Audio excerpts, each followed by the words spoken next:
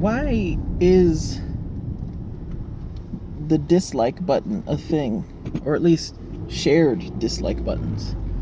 So imagine you're YouTube and you recommend videos to people based on whatever your algorithm is, and similarity in other user, across user base, basically. So if Tom likes a lot of the same videos that Troy does, and Tom likes X video, then Troy gets a recommendation for X video.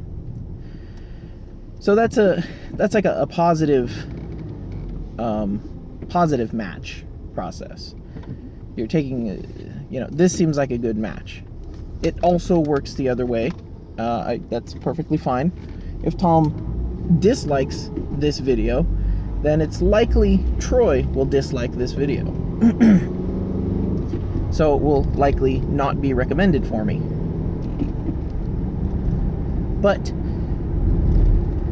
that kind of stops there. The point, like, the question becomes a point of why you share the likes and the dislikes. Why would you publish them to other people for other people to see? Why would you make them public? Now, clearly, making your likes public, as I have on YouTube, is a kind of a quick and easy way to help other people who do like your content or what you like to be able to find similar things. Interestingly. I imagine you could get a pretty good idea of what other people's likes or what other people's feed looks like if you were to start a fresh account and then like all of the same videos that they like. Probably give you a good insight into what they're being fed. Anyways, the idea that this exists is totally fine. It's like a corrective algorithm. It says, if you like this, then you probably like that. All of that is perfectly fine.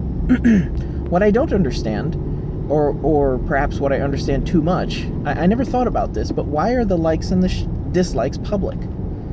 I might be able to, an extent, understand why dislikes, or why hiding dislikes is a thing, but I don't know why you would show both of them. It's an invitation to peer pressure. It's an invitation to participate in a social phenomena. Having your likes and dislikes viewable to the person who made the video is very valuable, and I don't see any reason why that should be inaccessible. And like I said, there's utility in someone being able to share their liked videos, and that's an option, actually, is to disable the publicity of your liked videos playlist. But the point is that it's just it's a social mechanism. If I say, hey, do you like this? And you say, I don't know. But if I say, hey, do you like this? 10,000 people like it. 10,000 other people like it. Then there's social pressure, there's social weight that becomes attached to that number and attached to that video. So I'm curious. This is all speculative. I don't think that they would control the likes and dislikes visibility. Yeah, maybe that's not true. Maybe I do think that. I don't know. Like if it's a dogpile effect, people want to feel. People don't want to be on the out group. They want to be on the in group. That's different from male to female, but it just I realized that the dislike button is it's a very feminine thing to put there, and to make it public. If you're just curating a list of your own likes and dislikes, and you're bettering YouTube's algorithm for its delivery of videos to you, then then that's no problem. But when you start sharing that information, it starts to color the view of what people think of a video, much like a laugh track or any social group experience would change things. I forget what that experiment was, but it was about how many lights are there, and you were like the test subject was the last person, and they would show how many lights, and every test subject ahead of you, or every person ahead of you was it was fake, and said, oh, there are 3 lights, oh, there are 3 lights, and you clearly see 4 lights, and a very small percentage of people said there's 4 lights. They were much more likely to doubt themselves and say, well, there's 3 lights, I guess. You know, being able to speak the objective truth is not a popular trait, not a valued trait. It is a valuable trait. But we are social creatures, and we operate in societies and communities and all that, even if they are unfortunately online. It's interesting. Now imagine if this video had a 1 to 10 like to dislike ratio. People would be like, this guy doesn't know what he's talking about.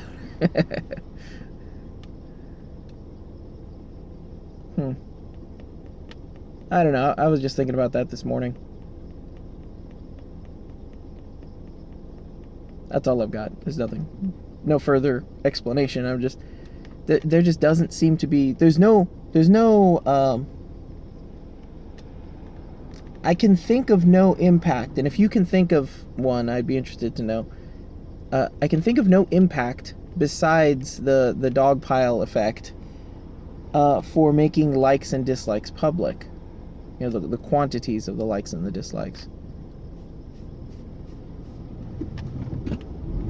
And imagine if you skewed those or hid some of them. Oh yeah, Marvel, what is it, Captain Marvel movie? One of the Captain Marvel movies or something. The trailer had a bunch of dislikes, and then the likes were disappearing or something like that.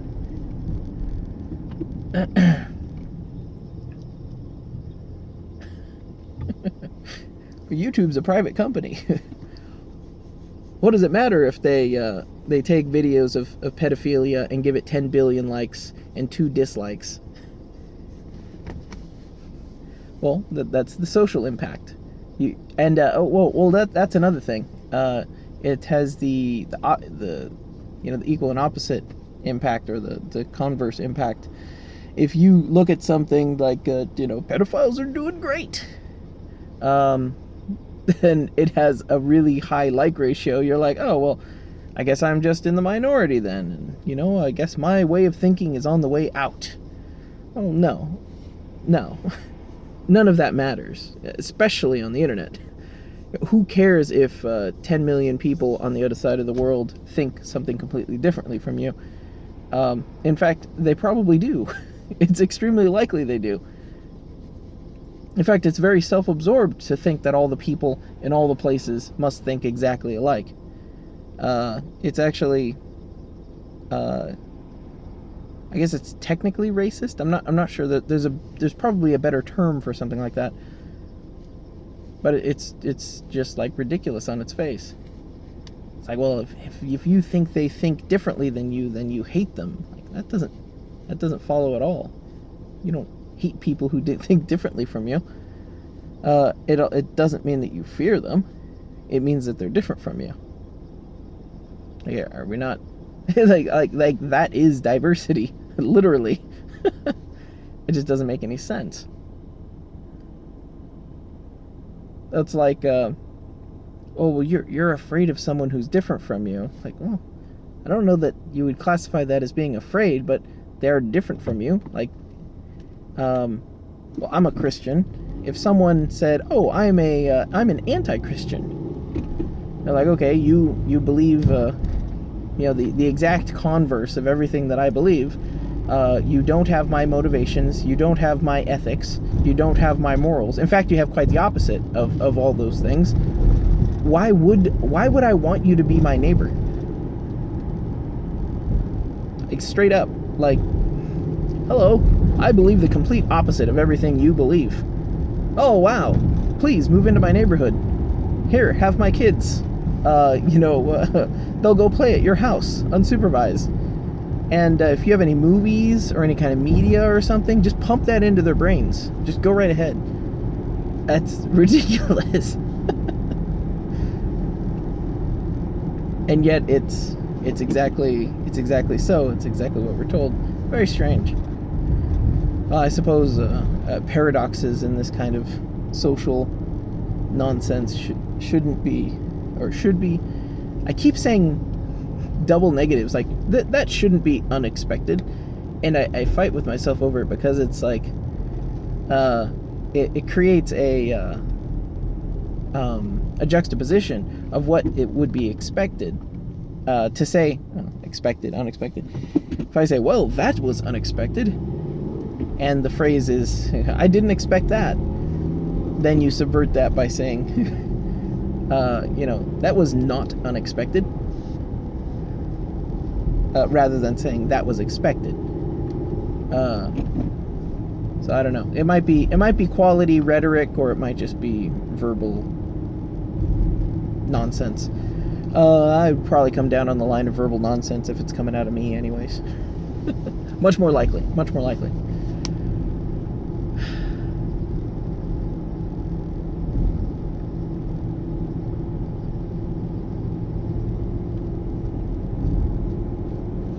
I guess it's like communities.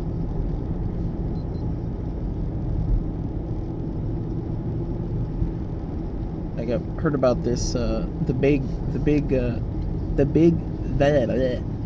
big sort, which is the movement of peoples into neighborhoods of people who are more like themselves across the board in America. And that's a question of like not gentrification. What's that other G word? Gerrymandering. It's like, oh, well, you're just gerrymandering this area so that it matches more with your political positions. Like, am I gerrymandering that intentionally, or is that just the way things are going? Because there's a lot of subconscious stuff that takes place, subconscious cues. Even as atomized as we are in American society nowadays, especially in the suburbs, it's like, who you don't know your neighbors is a meme at this point. I do actually know my neighbors, and but that's only because I've made a significant effort, because I realized how bad it is to not know your neighbors. But the idea that people, drive through a neighborhood or see a house in a new neighborhood and think, do I want to live here? They don't go around to all the houses and introduce themselves to all the neighbors and ask them what their beliefs are. They get a probably completely subconscious view of who those people are by their outward appearance. And by appearance, I mean what is projected from the front of their house, what is projected from their lawn, from the upkeep of their house, from even the style of their mailbox. You can go through a neighborhood, and if you find things that are not to your taste, simply by driving through, your answer, you feel uncomfortable, and that's something like, oh, what do you think about this house? I don't know. Rather than, oh yeah, seems like a good fit. And I don't know how you would test something like that. Like you blindfold people before you bring them into a neighborhood or something like that. I don't know what that would mean. Well, I know what it would mean, but the point is, this kind of thing is happening automatically. People do it automatically, and if they do it automatically, it's the natural state of things.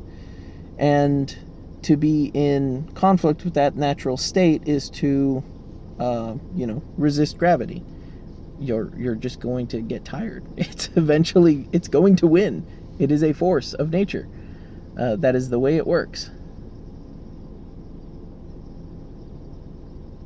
So it's interesting to think about that.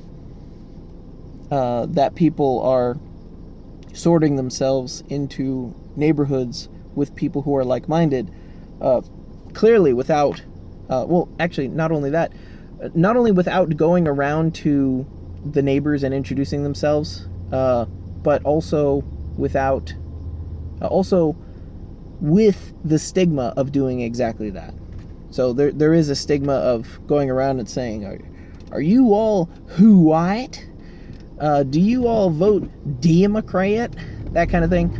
You know, that's viewed very negatively in the society. So, like, not only are you not investigating the neighborhood manually, you're not going through the extra effort, you have a well, I don't want to say subconscious, like almost a, I guess you would call it a superconscious effort to prevent you from doing exactly that, and yet subconsciously you're doing exactly that. They're interesting.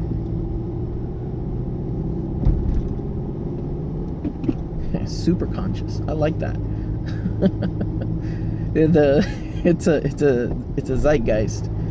A zeitgeist pressure. Super conscious pressure. Or extra conscious, I guess. I'm not sure what that word would be. Either way, I like it. It is going to be quite hot. It's already pretty warm right now. It's going to be pretty humid, and we have one of the big machines is down, and I get to dive into the PLC that controls that unit, and yeah, those systems are I don't know, I love them and hate them. They're so obtuse, but they're just like pure logic. So, you know, just ladder logic, easy to work with. It's just it lacks sufficient abstraction to be moderately easy. You know, I don't have a problem holding all this stuff in my head once I learn it, associating numbers to actual sensors and figuring stuff out. But it's just not something that I do every day or even every year. So it's not something that needs to be in my head. If I worked with it every day, if it was my job, then, oh yeah, by all means, I'd have no problem with it. But, I mean, it is my job, technically, but, you know what I mean. It's not my day-to-day. All right. And it's going to be hot in there, in that warehouse. So wish me luck.